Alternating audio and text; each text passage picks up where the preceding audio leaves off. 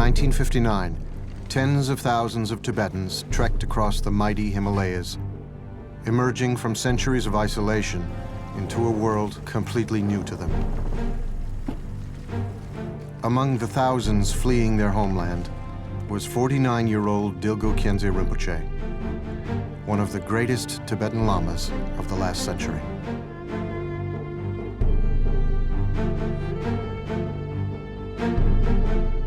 After traveling on foot for many months, Rinpoche and his entourage reached Bhutan, the last of the Himalayan Buddhist kingdoms. Like the other Tibetans fleeing at that time, Rinpoche had lost everything.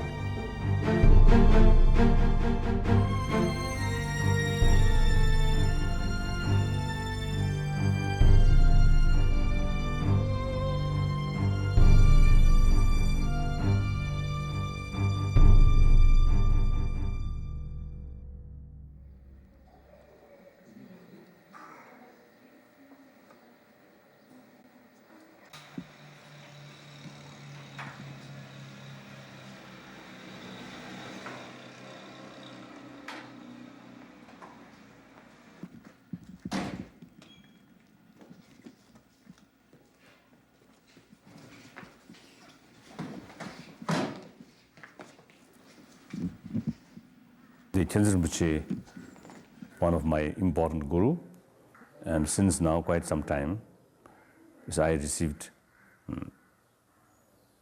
so many teachings, many important teachings, especially the teaching of the realization or the experience of Rigpa.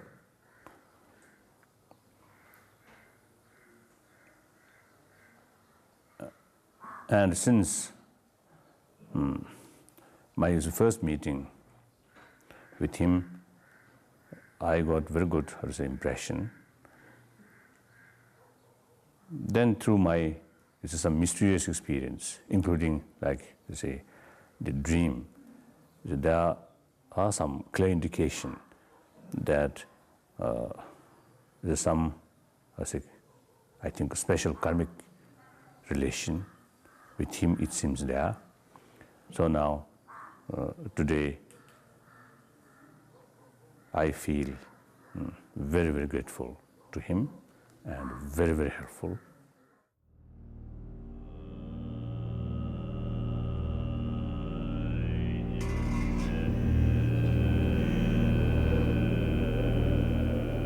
Khyentse Rinpoche was born in the Dilgo family in the year 1910 in the valley of Denkok, eastern Tibet.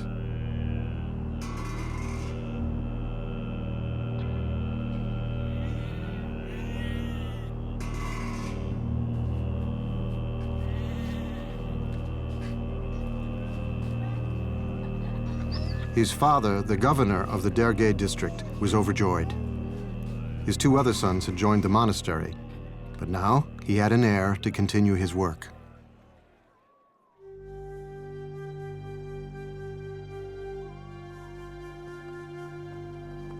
In a hermitage behind the Dilgo estate lived Mipam Rinpoche, one of the most influential and revered scholars of the time.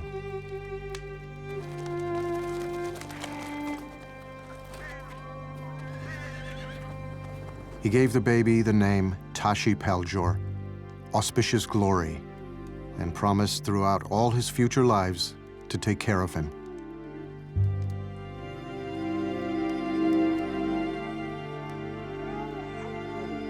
Many Buddhist masters advised that Tashi Paljor should enter the spiritual path.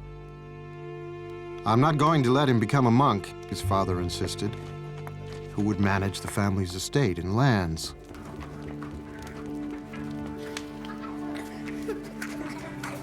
One day, while playing with his brother, Tashi Paljor fell into a pot of boiling soup.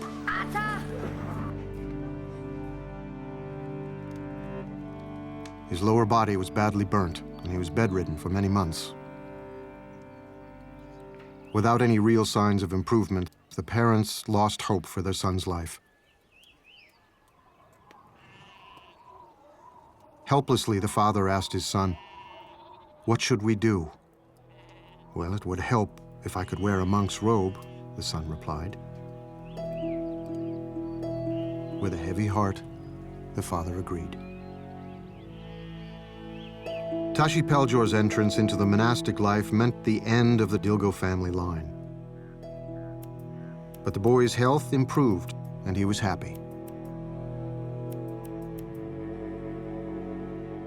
The young boy received his novice ordination from Khenpo Shenga, a well-known Buddhist teacher from eastern Tibet. During the ceremony, he was given the monastic name Robsel Dawa, brilliant moon.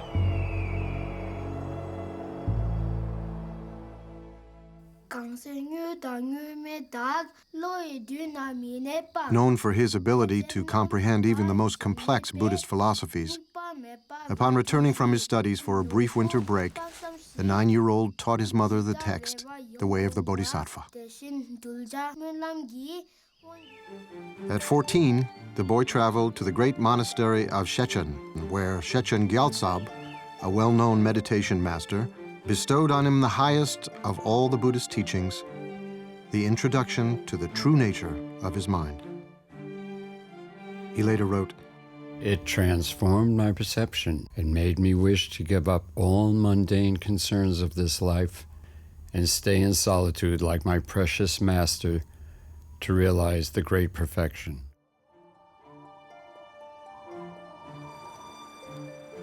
Over the next few years, the Dilgo son stayed in a cabin next to his teacher's hermitage. It was here that the young boy was officially recognized as the reincarnation of the great 19th century Buddhist master, Jamyang Khyentse Wangpo. From that day onwards, the young Dilgo son was known as Khyentse Rinpoche, the precious emanation of Khyentse. In 1926, while traveling in eastern Tibet, Khyentse Rinpoche received a letter from his father, notifying him that Shechen Gyaltsab had passed away. Feeling as if his heart had been torn from his chest, the 18-year-old wrote, "Alas, qualified master, though I followed you, the Buddha, in person, I haven't come to a true understanding about the instructions. How can you leave me behind like an abandoned orphan?"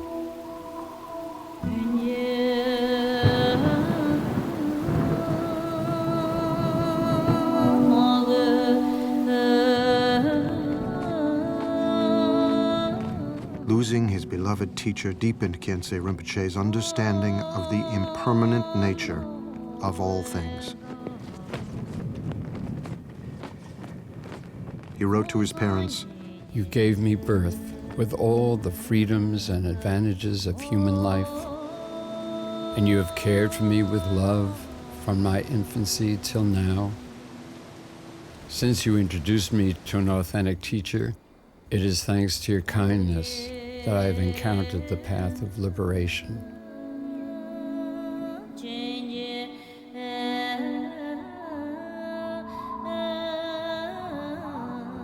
For the next 13 years, Khyentse Rinpoche isolated himself in the caves of eastern Tibet.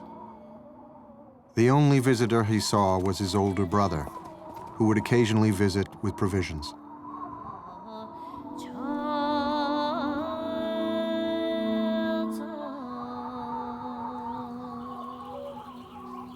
A cuckoo near his cave served as his alarm clock. As soon as he heard it, around 3 in the morning, he would get up and start a session of meditation. After hearing, thinking about, and meditating on the life of my perfect teacher, I have resolved to slip quietly away from all this life's concerns and head for the wilderness of overhanging cliffs alone.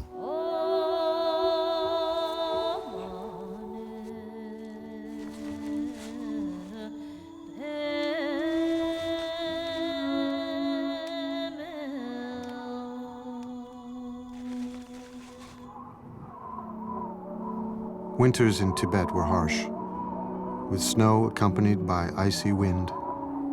However, day and night, he wore only a thin white cloth. Through his practice of tummo, he and his cave would remain warm, with the snow at its mouth melting slowly.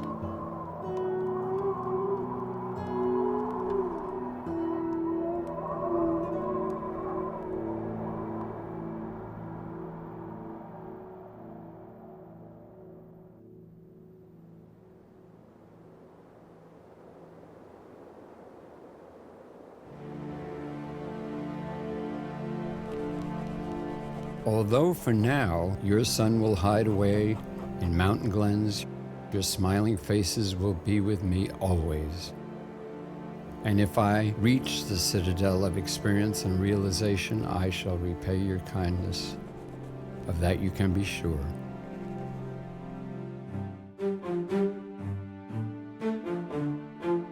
The next many years were spent with Khyentse Chokling, a non-sectarian master from the Zongsar Valley. Though Khyentse Rinpoche had always desired to be a monk, at Chokling suggestion, in 1934, he took Khandro Lamo, a local villager's daughter, as his life companion. Over the next few years, Khandro Lamo gave birth to 2 daughters, Chime and Dechen. I was very young, and Rinpoche always goes for retreat. And we can see only once or twice in a month, not more than that. That I remember. Then he used to send us to collect some flowers, and he offered mandala. And then his whole day he stays in the cave, so we are not allowed to see him. Sometimes we reach your food outside the cave and then go back. He hardly comes home. He always in the retreat. When I was very young, I never knew he is my father. We thought it's my guru, and I never knew he's my father. All of Khyentse Rinpoche's teachers had advised him that after properly engaging in study, contemplation, and meditation, he should then uphold, preserve, and expound the doctrine to the faithful. Despite Khyentse Rinpoche's profound wish to spend his life in secluded retreat, he honored the advice of his teachers. He traveled widely across eastern and central Tibet, teaching as well as receiving teachings from various traditions. At Khyentse Chokling's behest, Khyentse Rinpoche traveled to Rekhong in northeast Tibet. There, he taught the great treasury of precious revealed teachings to nearly 2,000 yogis. It was the start of Khyentse Rinpoche's selfless dedication in making the Dharma available to those who are interested. This commitment lasted until the end of his life.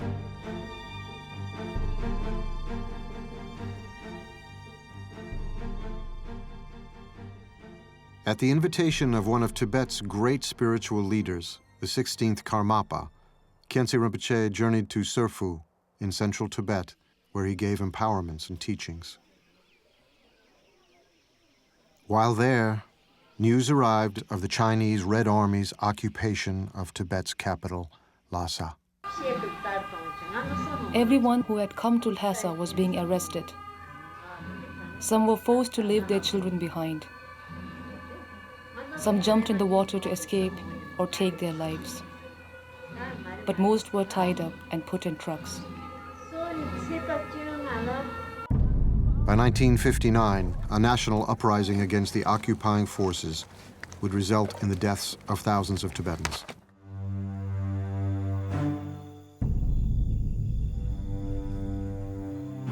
Khyentse Rinpoche realized that his commitment to teach the Dharma was no longer possible in his homeland. Leaving everything behind, including his precious books and most of his own writings, Khyentse Rinpoche and his family fled Tibet.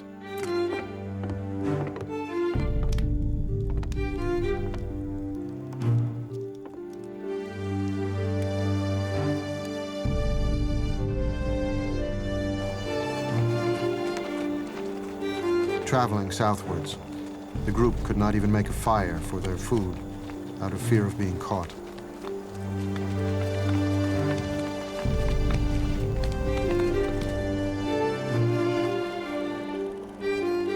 hid during the day and resumed their escape at night, with a lone moon to illuminate their journey into the unknown.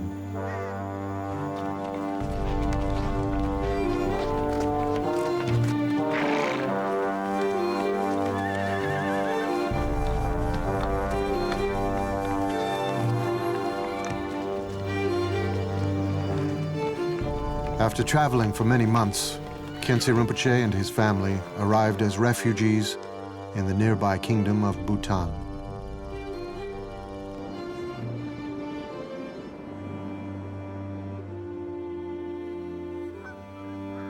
In a foreign land, with nowhere to go and no one to ask for help, they made their shelter under a tree.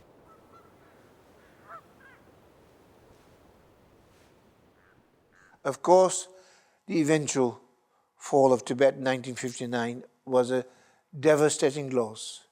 But with Khyentse Rinpoche alive, we did not lose everything, because in this one man, all of Tibet's Buddhist heritage was actually embodied.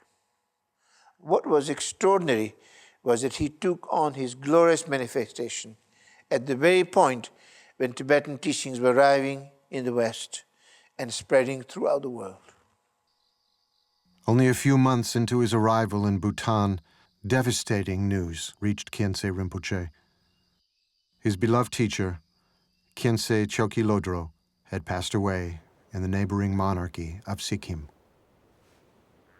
Khyentse Rinpoche immediately left for the funeral ceremony and carried out most of the duties involved with enshrining the remains of his teacher.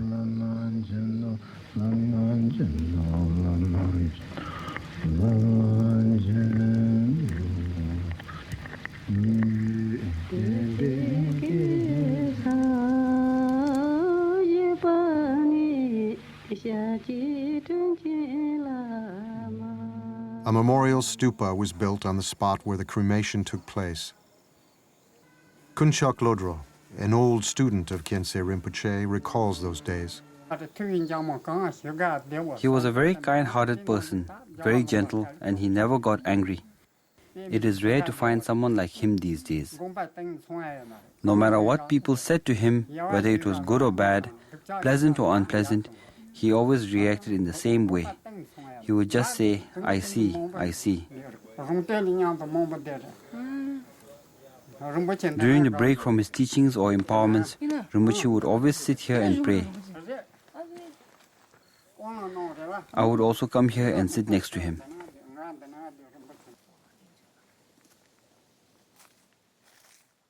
In 1962, Khyentse Rinpoche's younger daughter, who was studying in India at the time, fell ill.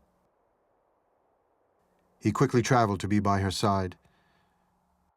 However, after spending only a few minutes with her, she passed away. Though unfamiliar with the local language and lacking resources, Khyentse Rinpoche carried her body to the bank of the Yamuna River. He spent the whole night gathering wood and preparing the funeral pyre. In the early dawn, Khyentse Rinpoche cremated her himself.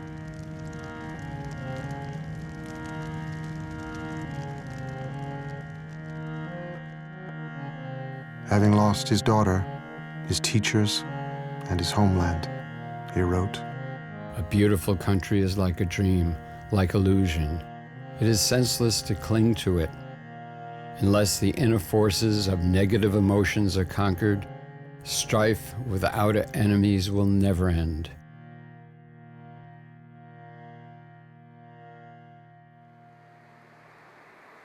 In Bhutan, the Queen invited Khyentse Rinpoche to teach at Simtoka Dzong, a centuries-old fortress that contained a school.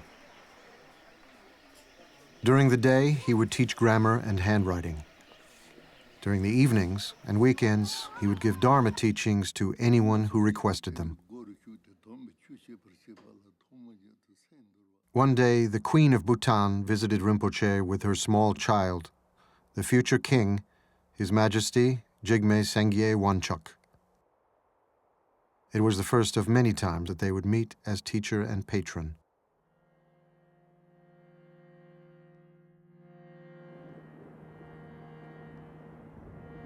In 1962, Rinpoche visited the holy place of Namo Buddha Mountain, where in a previous life the Buddha had offered his body to feed a starving tigress on the verge of eating her cubs. That night, he had a vision in which he climbed to the summit and met his late teacher, Chechen Gyaltsab, along with two of his other teachers, Chechen Rabjam and Chechen Kantrul. Seeing Rabjam and Kantrul with his late teacher, he understood that they had passed away in prison and cried out, The Buddha Dharma has faded. You have been killed by the communists. The happiness for beings is gone. The three masters answered in unison, Serve sentient beings and the Buddha Dharma. By doing so, there will be immense benefit. The combined blessings of the three of us will take birth in your bloodline to serve the Dharma and all beings. Later, news reached Rinpoche that his teachers had indeed passed away in prison. In 1967, Rinpoche's daughter gave birth to a son, who was recognized as Rabjam Rinpoche, the combined reincarnation of the three Chechen masters. Khyentse Rinpoche himself raised his grandson and spiritual heir from the age of 5. I myself, when I was very young, I loved Rinpoche very much, like my grandfather. I could see him as like my grandfather. I don't know much about the qualities of the spiritual master and all this, but I just, hanging around, playing with Rinpoche. And Rinpoche also, whenever he gets time, he makes drawings for me. He's a very good artist. He makes like flower drawings, and he would draw like butterfly, and he would draw like rabbit. Rabbit is one of his favorite, because also his name is Rapsal Dawa. It's like a brilliant moon. Sometimes when Rinpoche gives this any empowerments, big empowerments, and I used to sit next to Rinpoche, very small, and then I would ask Rinpoche to give small piece of the tsampa. And usually these are like sacred objects, you don't play with them, but Rinpoche is so kind to, he would take small piece of dharma and give it to me, so I can just sit next to it and make some toys and all these kind of things. Those are like my kind of childhood memories with Rinpoche. To accommodate Rinpoche's family, Her Majesty the Queen offered Khyentse Rinpoche a house in Bhutan. This house was Rinpoche's first permanent residence since fleeing Tibet.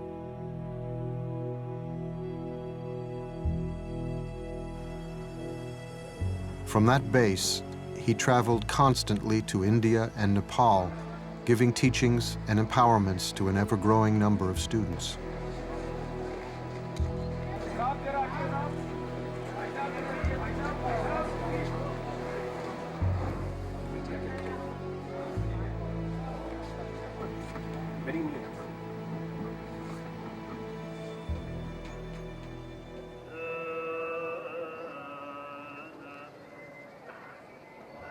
In Nepal, thousands of monks, nuns, and lay people descended into the Kathmandu Valley to hear him recite the entire collection of the Tripitaka, the words of the Buddha.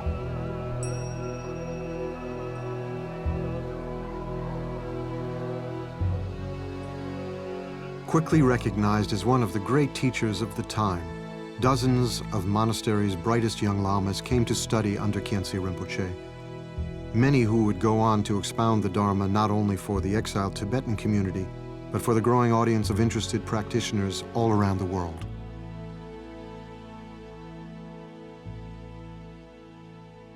To be a good spiritual Lama or a master is one thing, but to be a good human being, good, soothing,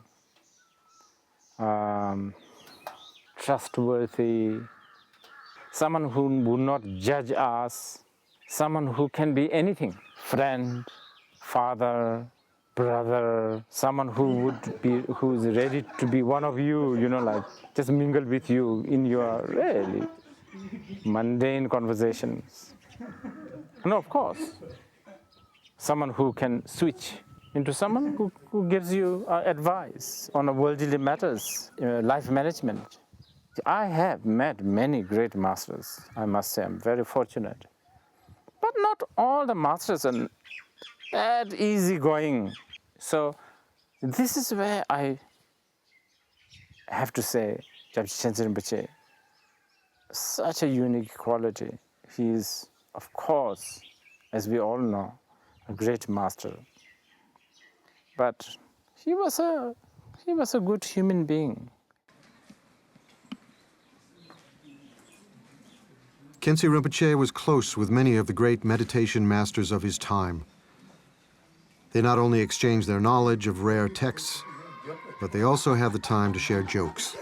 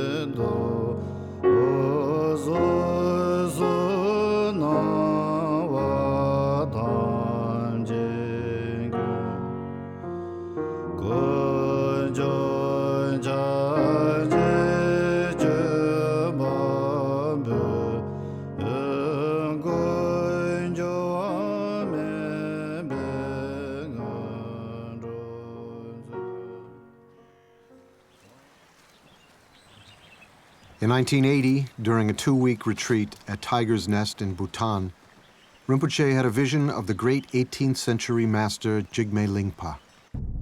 In this vision, Jigme Lingpa blessed him as the lineage holder of the heart essence tradition, the innermost secret teachings of the great perfection.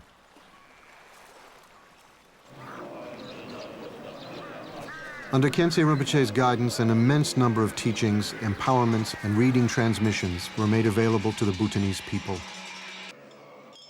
Upon reflecting on Khyentse Rinpoche's impact on her country, the Queen Mother wrote, because the great masters of Tibet were forced to escape their homeland, Dilgo Khyentse came to live in the medicinal valleys of Bhutan.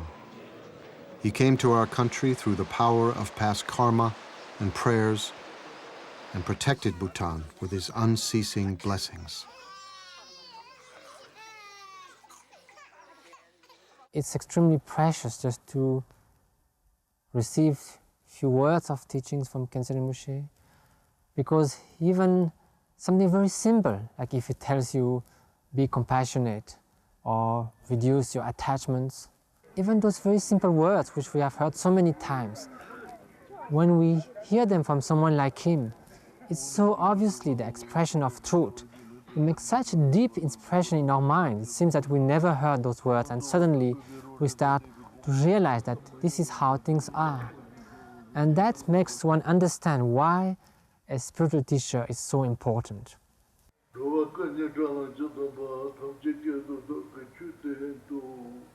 Rinpoche had over 60 teachers from all the 4 schools of Tibetan Buddhism. In a true spirit of a non-sectarian master, Khyentse Rinpoche, even in his 70s and 80s, would request teachings that he had not yet received to preserve Tibet's spiritual heritage. Here, he receives an oral transmission from Jamgang Kongtrul Rinpoche.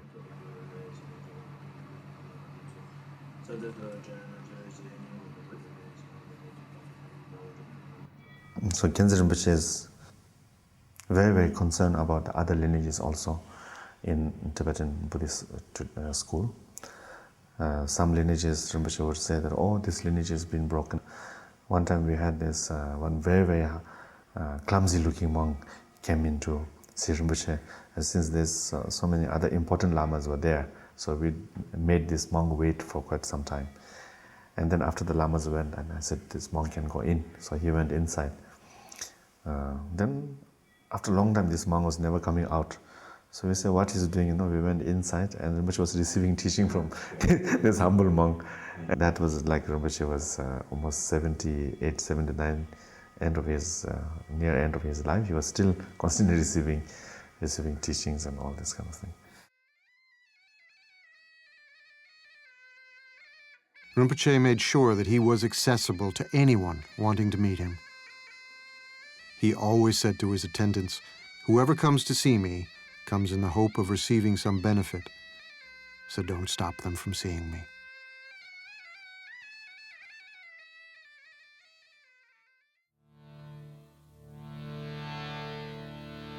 In 1976, Rinpoche's work for the welfare of others took him to Europe and North America.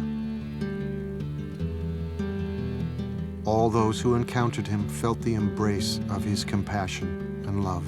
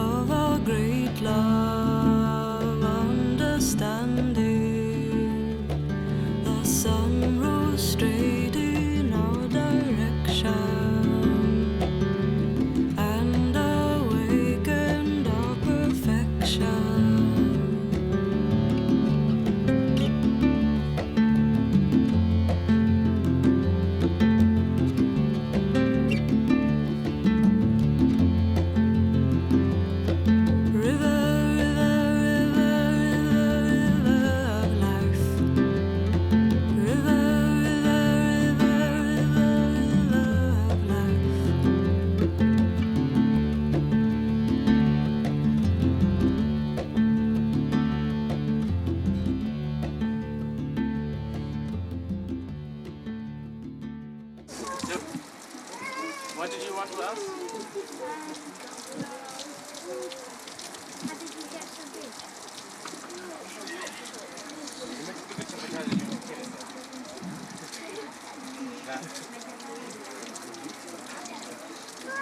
Which is just all his families, from the father's side, they're all big. That's why he got big.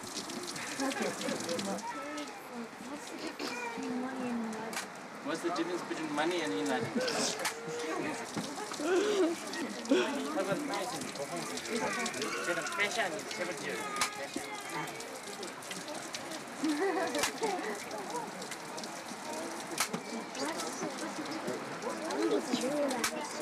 Money you can finish, but enlightenment you can't finish.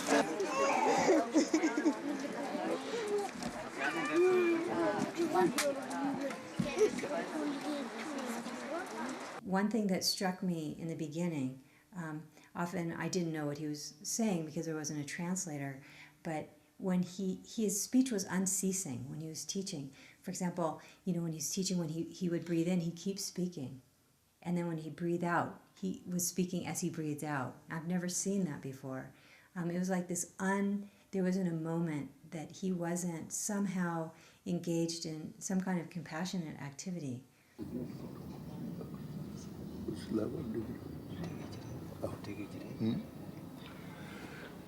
Yarsi Pochava Shani, Shani Rata, them Sotum Kinyamun, Umbajum, Shishini, Tomar Shanita Yatim, Jite Chopa Milan, and Gidru, Hisum Batar, Lokusonji, only the sender one, and Devati sender one, and Lepayan, Hipata. Domba Sonji, Petem, Goru, the Tomba Chushe, Persevala, Tomaja, the Sendorwa, Karcheva, Yana, Senki Shavandar.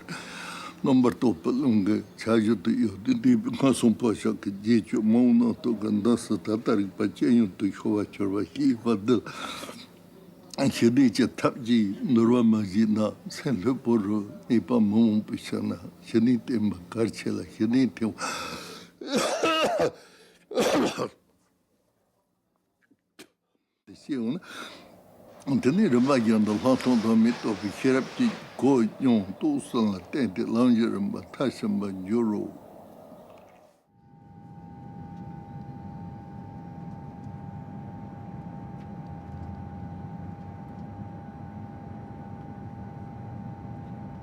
After decades of complete isolation, Tibet was made accessible by the Chinese government. In 1985, Rinpoche made his first trip to Tibet after almost 30 years of exile.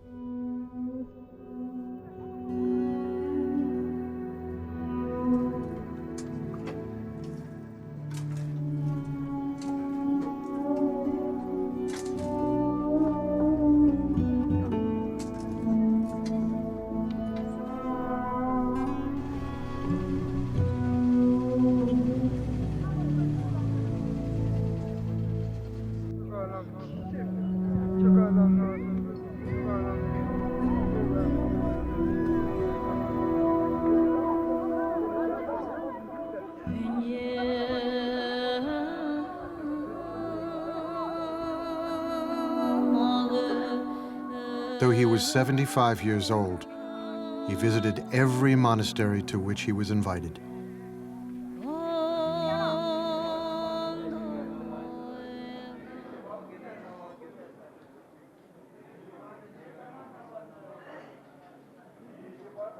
Apart from the joy of seeing his homeland and lost friends again, Rinpoche had another mission to accomplish. He wished to give teachings, empowerments, and reading transmissions to the Tibetans, all of whom had been denied their spiritual heritage for many years.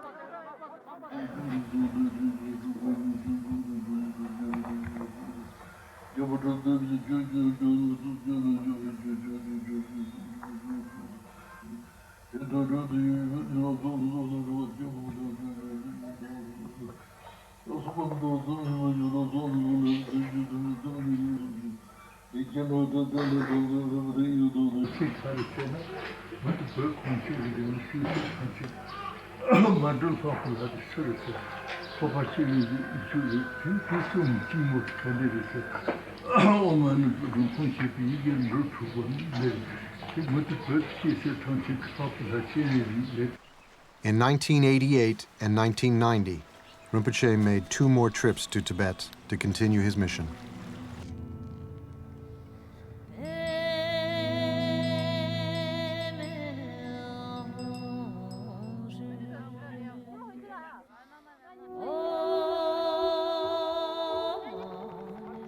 In consultation with the Chinese government, he undertook the immense responsibility of rebuilding monasteries without bias as to the school or sect.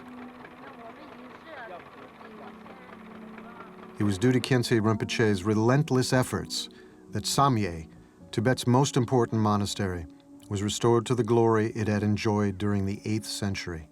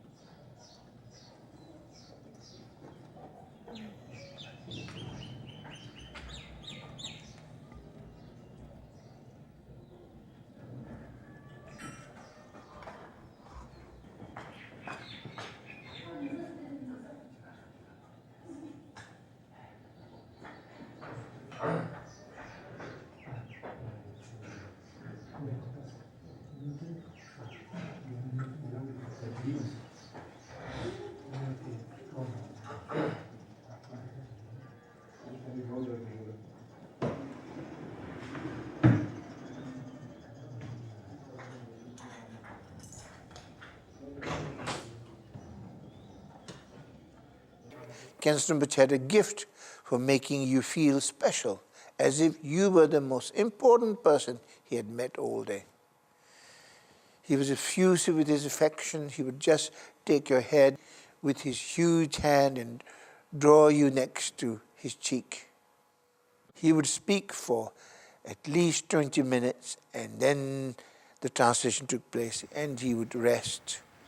When he got older, he would take a nap. Then without any prompting, he would just wake up exactly the same time and resume exactly where he had left off half an hour earlier and continue to teach without the slightest fluctuation or hesitation. I sometimes think that Dilgo Khyentse Rinpoche's greatest contribution, besides all his tremendous achievement, was the simple fact that he came and lived and taught in our time. An enlightened being actually manifested here, and we were fortunate enough to witness it.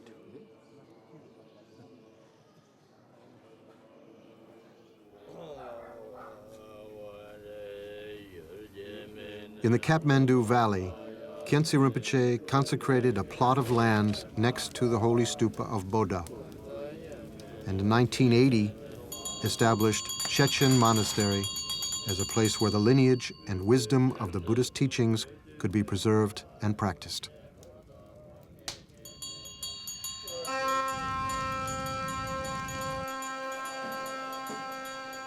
There's simply not a single defect you can find in whatever it thinks, whatever it does, whatever it says.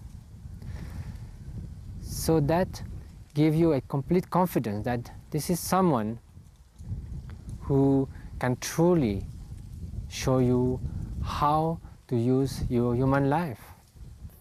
Also, what is extremely striking is that at no point, whenever he helps his disciple, you can never have the slightest doubt that he kind of gets any benefit himself.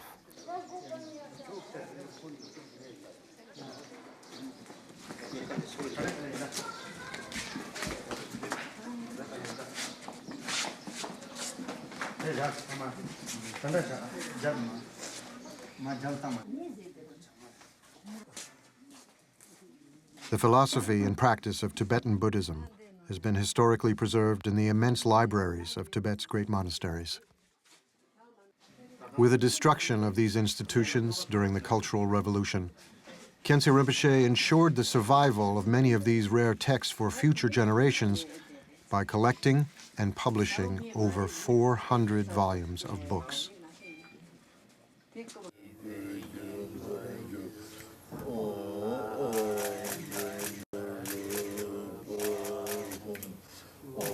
In Vajrayana Buddhism, there is a tradition of discovering sacred treasure teachings through visions.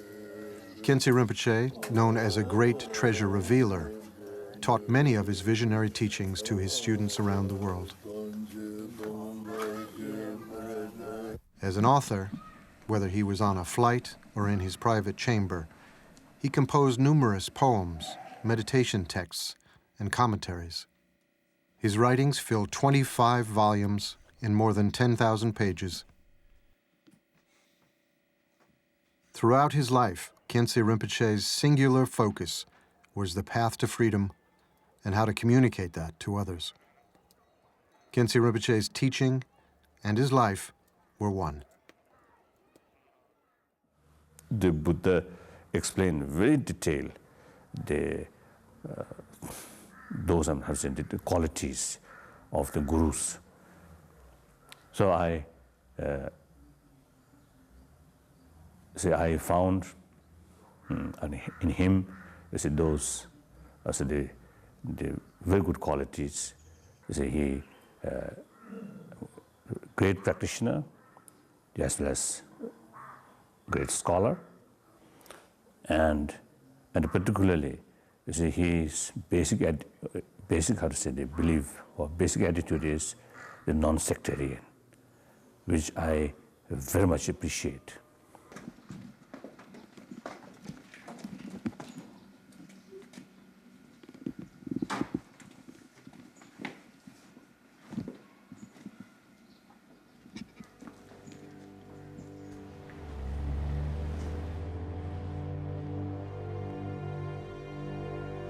From arriving as a refugee to becoming the spiritual advisor to the royal family of Bhutan and the teacher to His Holiness the Dalai Lama, Khyentse Rinpoche's life saw many changes.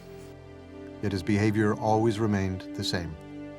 From the influential disciple to the beggar outside the monastery, all of his students deeply felt they had a special place in his heart.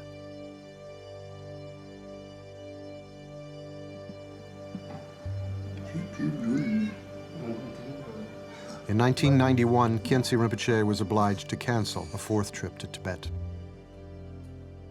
He told one of his students, I still have much work to do, but this composite body of mine is not keeping up with me. Instead, he chose to spend 3.5 months in retreat in Bhutan. During this retreat, Rinpoche asked his closest disciples to visit him. It was here, in his hermitage, that he gave them teachings and told them that if they had any questions, now would be a good time to ask.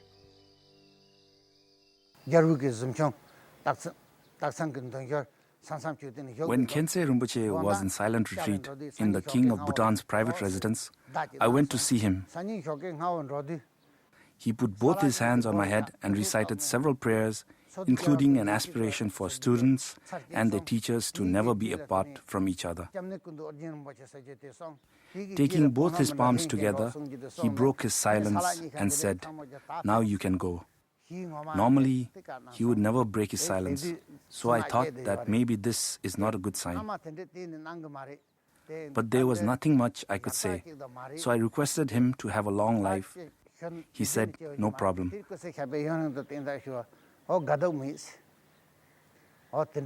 That was the last time we spoke. After completing the retreat, Khyentse Rinpoche visited the site where his new house was being built. To a disciple, he jokingly said, An old man like me who is about to die is building a house to live in. Isn't it ironic?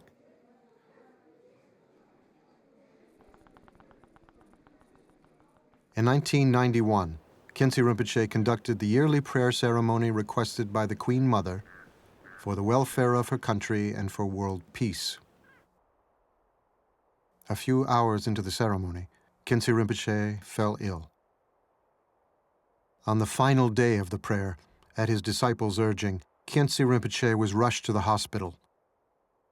In the early hours of the next day, Khyentse Rinpoche passed away.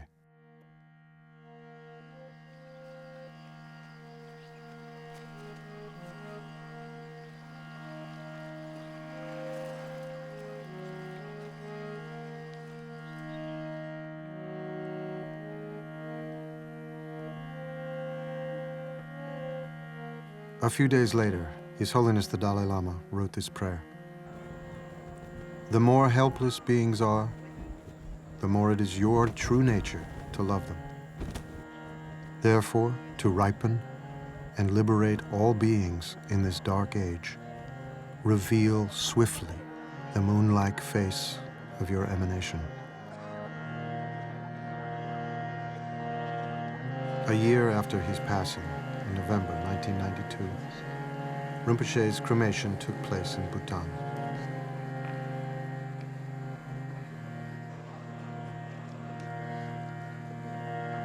Dignitaries, including the royal family of Bhutan, teachers and scholars from the various traditions, came to pay their respects and gratitude.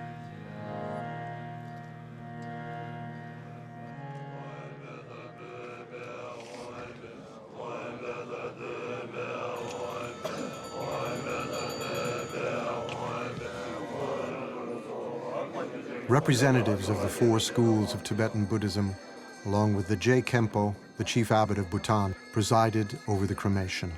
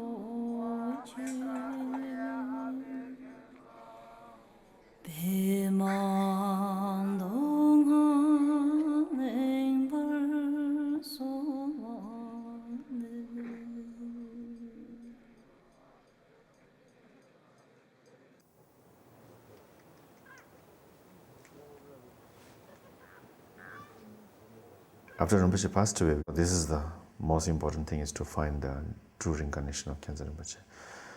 So, since Rinpoche told us many times to go for Trishul Rinpoche, so we asked for Trishul Rinpoche to find the reincarnation of Khyentse Rinpoche.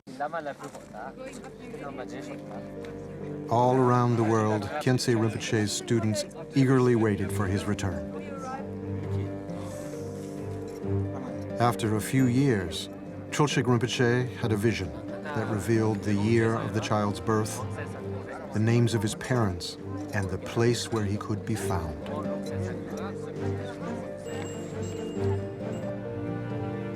The Yangtze, or reincarnation of Khyentse Rinpoche, was born in 1993 into the noble family of the Songsars, the descendants of the great treasure revealer Chogyur Lingpa.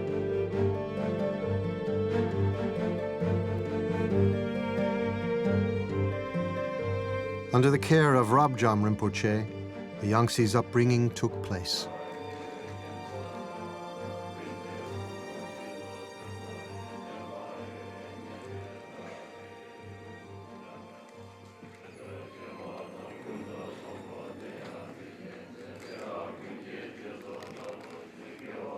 In December 1996, Khyentse Yangtze's enthronement took place at Chechen Monastery in Nepal. All of those who were connected with Khyentse Rinpoche came to participate in this joyous event.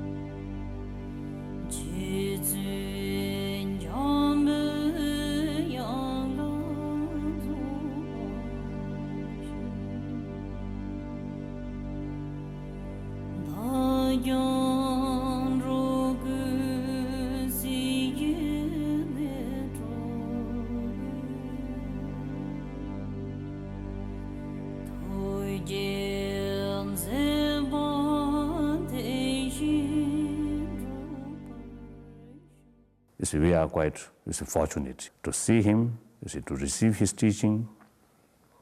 So therefore, now it is very essential to implement his teaching in daily life so that we will be a good disciple of good Lama. So that's very important.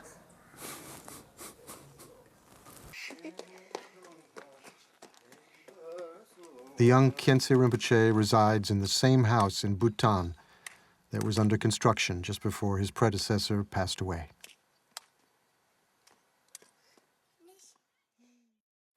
Khyentse Rinpoche still lives in the heart of all his students.